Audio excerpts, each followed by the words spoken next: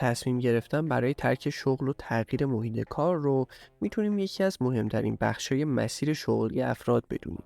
بروز مشکلات و چالش‌ها توی محیط کار هیچ وقت قابل اجتناب نیست و توانایی کار کردن تحت چنین شرایطی یکی از مهارت‌های لازم برای موفقیت توی شغله. اما رسیدن به خودآگاهی و درک نارضایتی از شغل توسط خود فرد و تصمیم گیری برای تغییر محیط کار از همه چیز با ارزش تره. توی این ویدیو به مهمترین نشونه های تغییر شغل میپردازیم. 1. مهارتاتون بلا استفاده موندن. یکی از نشونه‌های مهم تغییر شغل اینه که اون شغل دیگه براتون چالش جدیدی به همراه نداره، به خصوص اگر درخواست شما برای استفاده از مهارت‌های دیگه‌تون توسط مدیرا و سرپرستا نادیده گرفته میشه. 2. فرصتی برای رشد توی محیط کار وجود نداره. یکی دیگه از نشونه‌های تغییر شغل اینه که نمیتونید فرصت رشدی رو برای خودتون توی اون سازمان ببینید. وقتی درباره فرصت رشد حرف میزنیم، منظورمون صرفاً ارتقای شغلی نیست. رشد در مسیر شغلی میتونه از راه‌های مختلفی اتفاق بیفته. 3. شغلتون در راستای علاقتون نیست. بهترین حالت کار کردن وقتی اتفاق میفته که اصلا متوجه کار کردن نشین.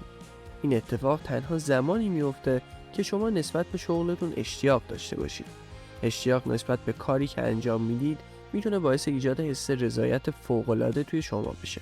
از طرف دیگه وقتی با علاقه به کار مشغول هستین، بهره‌وری بالاتری دارین و خروجی‌های بهتری هم خواهید داشت. در غیر این صورت بعد مدتی احساس میکنید که مهارتاتون در حال تلف شدنند و از علایقتون فاصله گرفتید. اینجاست که باید کم کم به فکر تغییر شغلتون باشین.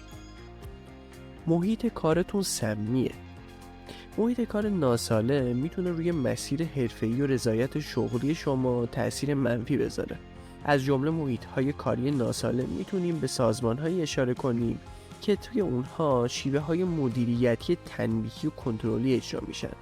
بی‌اعتمادی و عدم صداقت وجود داره، کارمندا تحقیر میشن یا مورد تعرض قرار میگیرن. و 5. حد و مرزهای اخلاقیتون زیر پا گذاشته میشه.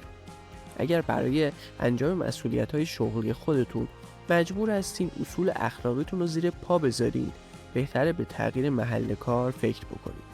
حتی اگر به نظر میرسه برای از دست ندادن شغلتون ناچار هستین چارچوب‌های اخلاقی خودتون رو نادیده بگیرین، بهتره به این فکر کنین که چنین شرایطی میتونن در پیدا کردن شغل‌های بعدی و مسیر حرفه‌ای شما تأثیر منفی بذارن.